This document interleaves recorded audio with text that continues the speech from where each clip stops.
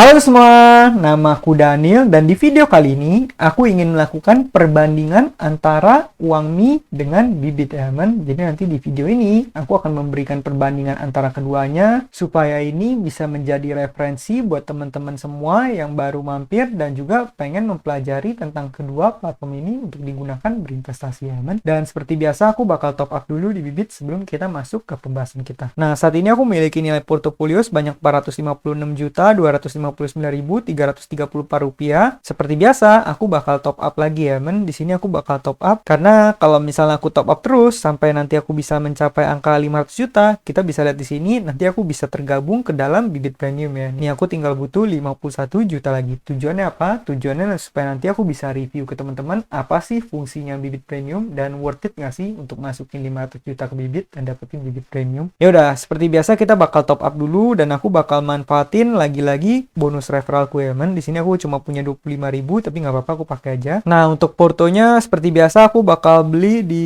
mungkin Sukor Invest ya, Ria Sukupan aja ya men. Dan di sini aku bakal beli supaya aku terhindar dari biaya materai, aku bakal top upnya di angka 9 juta aja. Yaudah, kita tinggal nyalain cashback, kita pencet beli sekarang. Saya menyetujui, kemudian aku bakal bayar menggunakan BRI di sini. Ini tujuannya supaya aku bisa transfer dari si bank ya, teman. Ya udah, aku tinggal pencet bayar di sini. Nah, kemudian aku tinggal salin kode virtual account-nya, kemudian aku tinggal pencet transfer ya, teman. Kemudian aku pilih bank lain, kemudian BRI virtual account. Setelah itu, kita paste angkanya di sini, kita pencet OK, kemudian kita transfer sesuai dengan yang tadi kita request di Bibit, yaitu 9 juta rupiah. Bagi kamu, pastikan juga kamu masukin angkanya yang sama ya, teman. Jangan sampai beda supaya nanti nggak ada masalah saat kamu melakukan pembelian reksadananya. Nah, di sini aku masukin password seperti biasa, kemudian pembayaran diterima. Kalau kita back ke Bibitnya, nah udah berhasil ya teman, saldo cashback udah 0, kemudian portoku juga udah bertambah 9 juta jadi 465 juta. Oke, kita bakal langsung bahas aja apa aja sih perbandingan antara Bibit dengan Uangmi. Yang pertama adalah jenisnya teman. Kedua instrumen ini merupakan platform yang berbeda,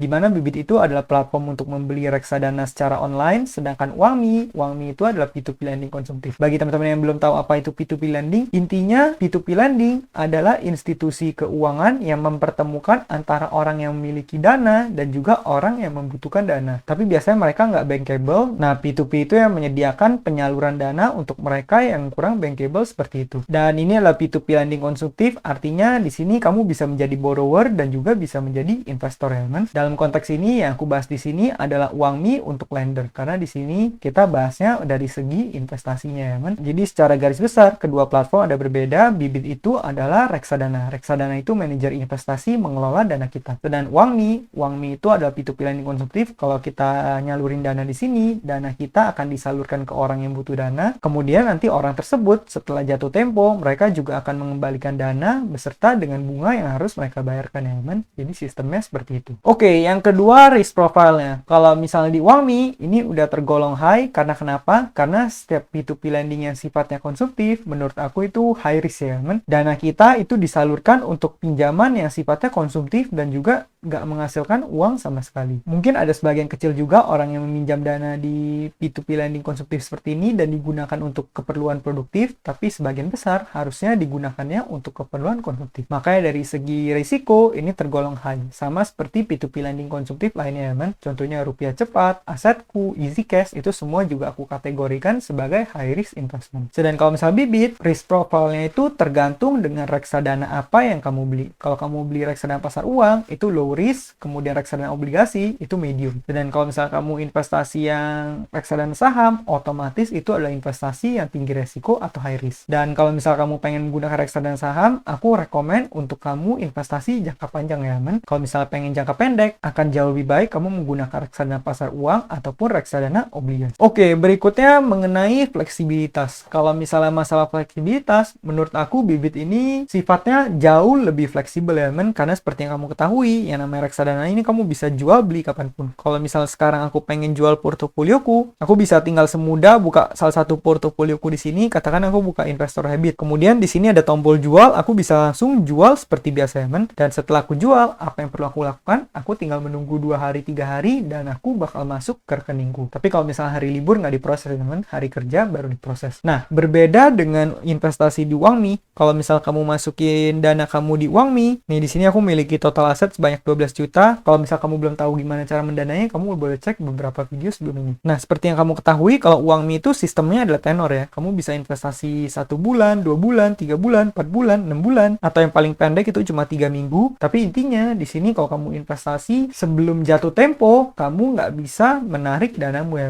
dana kamu bakal dikunci. Jadi kalau misalnya soal fleksibilitas, menurut aku Bibit jauh lebih fleksibel ketimbang yang ini. Tapi enaknya Uangmi adalah dia memiliki tenor. Jadi kalau misal kamu punya tujuan keuangan tertentu, kamu bisa juga investasi di sini ya, Katakan 6 bulan lagi kamu pengen membeli motor, ya udah kamu tinggal investasi, ambil yang tenornya 6 bulan. Nanti setelah 6 bulan danamu cair beserta dengan bunganya, kamu bisa menggunakan uang tersebut untuk membeli motor. Nah, jadi kalau misal kamu tanya mana lebih cocok buat dana darurat, lebih baik Bibit Diamond karena yang namanya Uangmi, dana kamu bakal dikunci. Oke, poin berikutnya, apakah ini investasi yang sifatnya halal atau enggak? Kalau misal Uangmi, aku cukup yakin ini bukan investasi yang sifatnya halal. Karena kenapa? Karena ini merupakan P2P lending konsumtif, pasti mengandung riba ya, Sedangkan kalau Bibit, kamu bisa nyalain opsi Bibit Syariah. Kalau misal kamu udah nyalain opsi tersebut, nanti kamu cuma ditunjukin reksadana yang syariah, sehingga kamu bisa investasinya yang sifatnya syariah. Tapi kalau misal kamu nggak nyalain, kamu bakal ditunjukin semua reksadana yang Bibit udah kerjasama dengan manajer investasinya ya,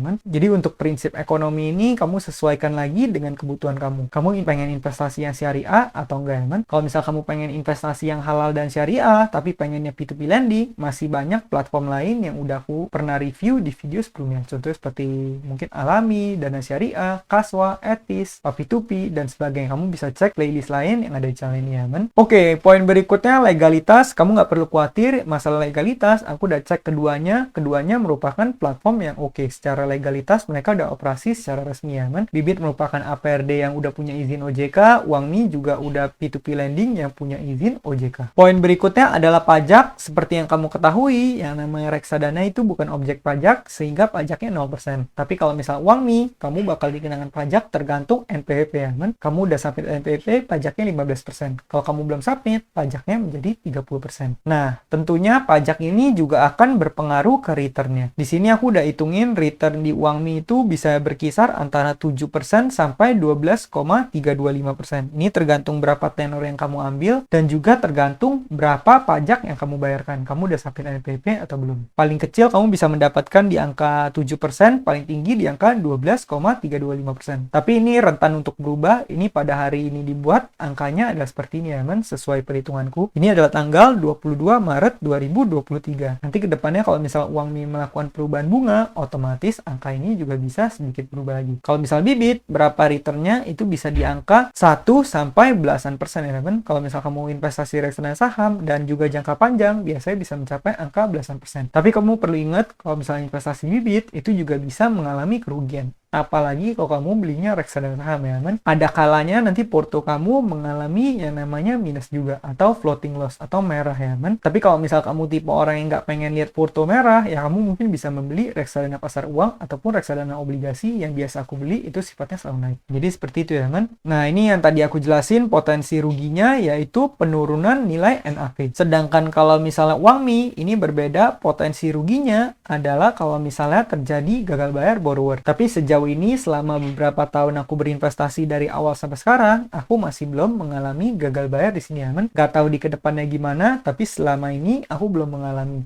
Saranku pribadi adalah kamu tetap harus lakukan diversifikasi, jangan sampai taruh portomu terlalu besar di sini. Poin berikutnya, ini mengenai promo dan event, aku udah sering banget sebut di Bibit. Bibit itu sering ada promo ya, dan hampir setiap bulan, setiap minggu keempat atau minggu ketiga, biasa pasti ada promo. Cuman masalahnya mereka kuotanya itu terlalu dikit, dan juga investor Bibit itu terlalu banyak. Jadi kalau misalnya masalah promo sama event, menurut aku sangat sulit ya, untuk mendapatkan bonus dari promo dan event di Bibit ini. Kalau misalnya dulu aku sering banget dapat, tapi belakangan ini aku udah hampir nggak pernah dapat lagi. Nah, kalau misal di Uangmi, bisa dibilang hampir nggak pernah ada event ya, men. Dari awal sampai sekarang aku ingat nggak ada event sama sekali. Berbeda dengan Easy Cash lumayan sering ya, men. Dan eventnya itu bisa menarik banget, sampai kadang aplikasinya diupdate dan juga banyak fitur-fitur lainnya. Jadi kalau misal Uangmi itu hampir sama sekali nggak ada event ya, men. Jadi kalau misal kamu pengen danai, ya mungkin manfaatkan pendanaannya seperti biasa aja. Nggak usah menunggu event. Poin berikutnya adalah apakah platform ini bisa digunakan untuk passive investing? Jawabannya adalah kedua platform ini bisa kamu gunakan untuk passive investing. Kalau misalnya Bibit, kamu bisa menggunakan fitur nabung rutin auto debit. Nanti dari bank jago kamu bisa otomatis dananya ditarik setiap bulan ya, men. Dan kalau misalnya Uangmi, aku juga lumayan sering bahas di sini, yaitu Uangmi itu punya fitur auto allocate yang paling bagus ketimbang semua platform P2P lending konsumtif lainnya. Nih, kalau misalnya aku pencet ke bagian order, kemudian aku buka salah satu pendanaanku, di sini aku bisa atur ya, men. Nah, kamu bisa lihat di sini ada opsi auto allocate, principal auto allocate interest withdrawal, sama auto withdraw. Kalau auto withdraw itu nanti setelah jatuh tempo dananya bakal tarik. Nah, yang aku bilang bisa di passive investing itu kamu bisa pilih auto allocate ataupun principal auto allocate. Kalau auto allocate nanti semua dana pokok beserta bunganya setelah jatuh tempo semuanya diinvestasikan kembali. Sedangkan kalau misalnya yang kedua ini principal auto allocate, dana pokok bakal diinvestasikan, bunganya bakal ditarik. Jadi contoh, kalau misalnya kamu investasi 10 juta, katakan setelah jatuh tempo kamu dapat bunga 1 juta. Harusnya dana kamu menjadi 11 juta.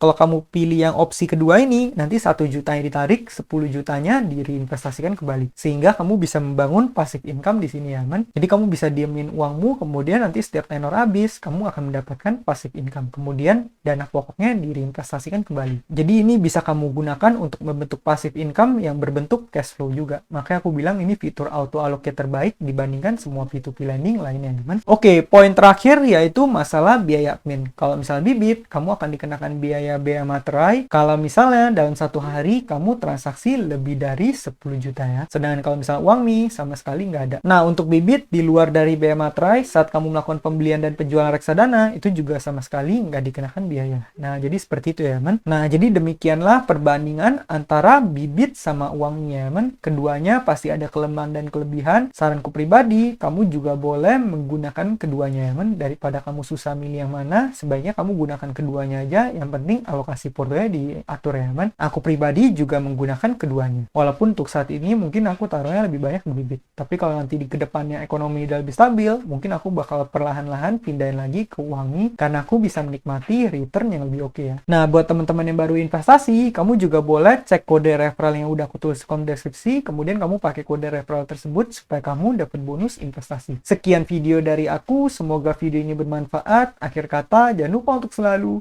invest in yourself. Sampai jumpa di video berikutnya. Bye.